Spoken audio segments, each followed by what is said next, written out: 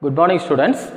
In last class we discussed about the source of modern India.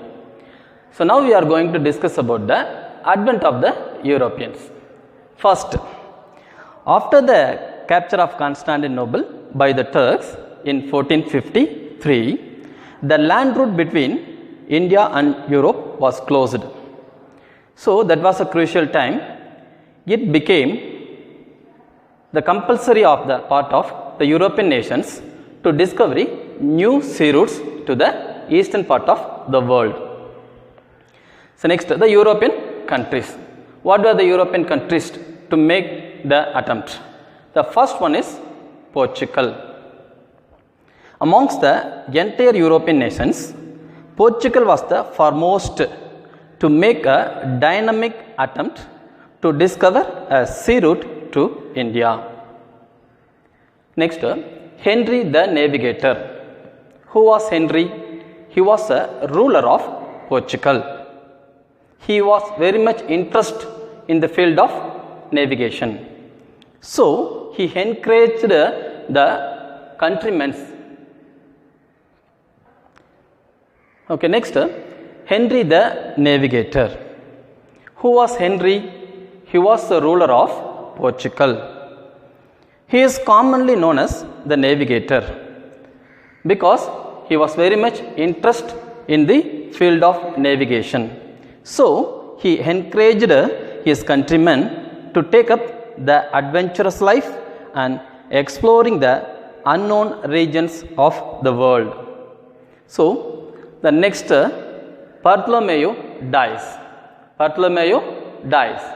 He was a first Portuguese sailor. He reached Africa in 1487. He reached Africa in 1487. He was very much supported by King John II. Next students, Vasco da Gama. He was an important historical personality in the world history. So now we are going to discuss about Vasco da Gama. Vasco da Gama, another Portuguese sailor, reached the southernmost point of Africa and he continued his journey to Mozambique, from where he sailed to India with the help of an Indian pilot. In AD 1498, he reached Calicut, where he was cordially received by King Zomarin, the ruler of Calicut. The second attempt of Vasco da Gama in 1501 with 20 ships and found a trading center at Kannanur and some other part in India. King Zomarin attacked the Portuguese in Cochin but was defeated. Cochin was the first capital of Portuguese East India Company. The third voyage of Vasco da Gama was in 1524. He soon fell illness and in December 1524 he died in Cochin. Second one, Francisco de Almeida. His period was 1505 to 1509. He was the first governor for the Portuguese position in India.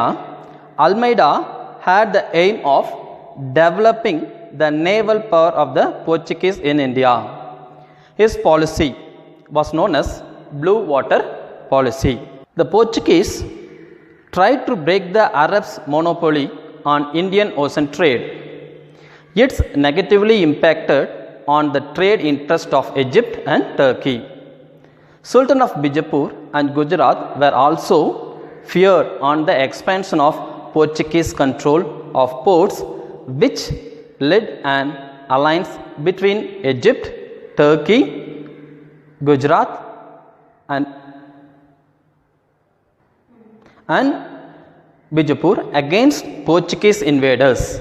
In a naval battle fought near Chaul, the combined Muslim fleet won a victory over the Portuguese fleet under Almeida's son, who was killed in the battle.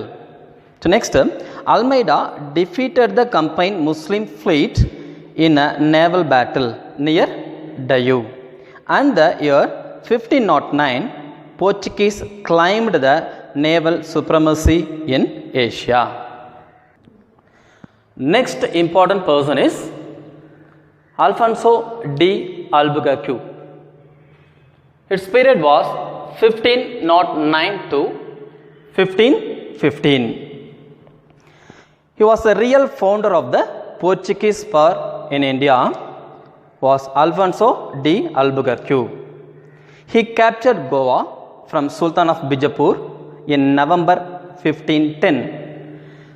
In 1515, he established the Portuguese authority over Hormuz in Persian Gulf. He encouraged the marriages of the Portuguese with Indian women. He maintained friendly relations with Vijayanagar Empire. Next students, now we are going to discuss about Nino de Canca. He was a governor of Portuguese possession in India during the time of 1529 to 1538. Okay. In 1530 from Cochin to Goa. In 1534 he captured Bezin from Baghdad Shah of Gujarat. In 1537 the Portuguese captured Dayu. Later they captured Daman from the local chiefs of Gujarat. In 1548 they occupied Salsette. So during the time of 16th century, Portuguese succeeded in capturing Goa, Dayu, Daman, Salsette, Basin, Chaul and Bombay on the west coastal areas, Hooghly on the Bengal coast and Santhom on the Madras coastal area. These were the places captured by Portuguese. Next, the Portuguese brought the cultivation of tobacco to India. They were the person brought the tobacco cultivation in India. Next one, the religion spread. During the time of Portuguese, the Portuguese Catholic religion spread in the centers of west and east coastal areas. So next, printing press. The printing press was set up in Goa in 1556 by the Portuguese. At last, the decline of Portuguese. During the time of 17th century, the Portuguese power began to decline to the Dutch, and by 1739, the Portuguese pockets became defined to Goa, Dayu and Daman. So, during the time of 17th century, the Portuguese was declined and Dutch was take over the positions of Portuguese in 17th century. That's all. Good morning students. Now we are going to discuss about the Dutch, the Netherlands. The Dutch followed the Portuguese into India. In 1602, the United East India Company of Netherlands was formed and it received the sanction of their government to trade in East India. After their arrival in India, the Dutch founded their first factory in Masulipatam in Andhra Pradesh in 1605. This company captured Amboina from the Portuguese in 1605 and established its supremacy in the Spice Islands. They captured Nagapattinam near Madras from the Portuguese and made this place as their stronghold in South India. At first, Pulicat was their headquarters. Later, they shifted it to Nagapattinam in 1690. The most important Indian commodities. Commodities means trade things. Trade by the Dutch were silk, cotton, indigo, rice and opium. Many monopolized the trade in black pepper and other spices. The important factories in India were Pulikat, Surat, Sinsura, Kazim Bazar, Patna, Nagapatnam, Balasur and Cochin. So these are the important factories of Dutch in India. The English East India Company remained engaged in rivalry with the Portuguese and the Dutch throughout the 17th century. Now we are discussing about Almeida incident. In 1623, the Dutch cruelly killed 10 English traders and 9 Javanese in Almeida. So this incident accelerated the rivalry between the two European countries. That means Dutch and English. Their final collapse came with their defeat by the British in the Battle of Bedira in 1759. The Dutch lost their settlements one by one to the English and was completely wiped out by the year 1795. Wiped out meant completely sent out by the English in 1795. So next, Dutch in Tamil Nadu. The Portuguese, who established control over Pulicat since 1502, were overthrown by the Dutch. So after the Portuguese, the Pulicat was overthrown by Dutch. In Pulicat, the Dutch built the Fort Galria in 1613. In 1613, they built a Fort Galria in Pulicat. This fort was once the seat of Dutch power. Next, the Dutch established their settlement at Pulicat in 1610. Diamonds were exported from Pulicat to the western countries. The Dutch exported diamonds from Pulicat to western countries. The other Dutch colonies, the important other Dutch colonies or factories were Nagapatnam, Punnakayal, Porto Nova, Kadalur and Devanabattinam. So these were the important forts and positions of Dutch in Tamil Nadu. Okay, next students, the British, other European country, that is British. On 31st December 1600, Elizabeth, the Queen of England, granted a charter to the Governor and Company of Merchants of London to the trade with East Indies. So the company was headed by the Governor and a court of 24 directors. Captain Hawkins visited Jahangir's court in 1608. During the time of 1608, Jahangir was the ruler of India.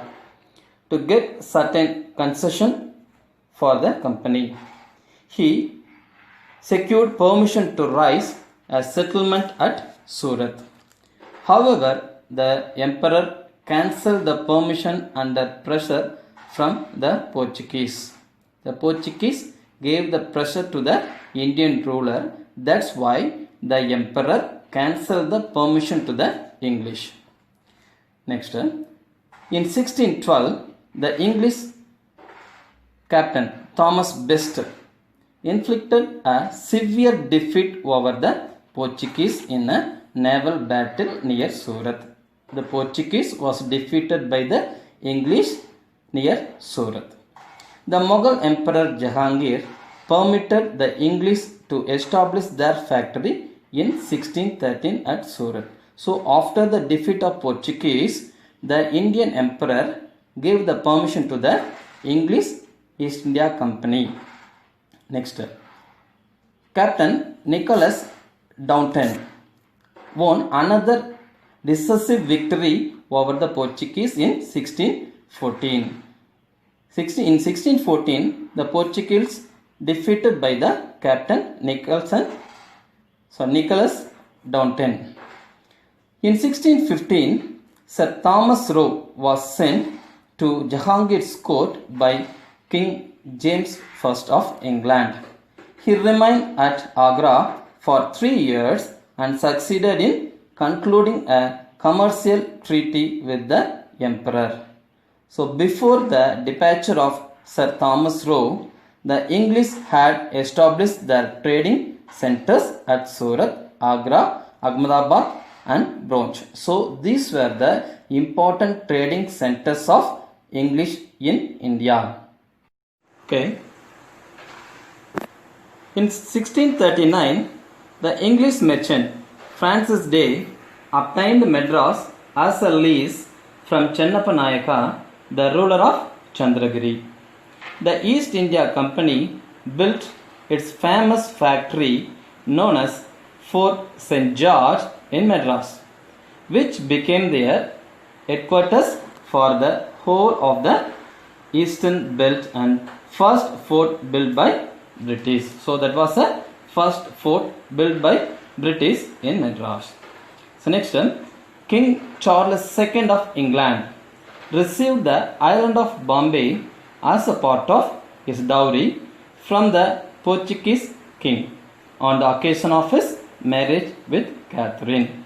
So the Bombay was given as a lease to the English East India Company for pound. Next, in 1700, another new fort was fortified by the British. So that is called Fort St. William. After the Battle of Plassey in 1757 and the Battle of Buxar in 1764, the company became a political power. After these two battles, company proved their strength and established supremacy in India. India was under the East India Company's rule till 1858. After it came under the direct administration of the British Crown. Okay. So now we are going to discuss about Danish. After the arrival of Danish on March 17, 1616, the King of Denmark, Christian IV, issued a charter and created a Danish East India Company. They established settlement at Trangobar, Tamil Nadu in 1620 and Serambur, Bengal in 1676. Serambur was their headquarters in India. They failed to strengthen themselves in India and they sold all their settlements in India to the British in 1845.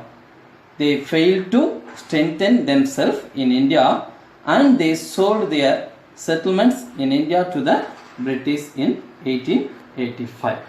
So next, students, we are going to discuss about the French East India Company. France was a last European country to came India as traders. In 1664, French East India Company was formed by Colbert. Who was Colbert?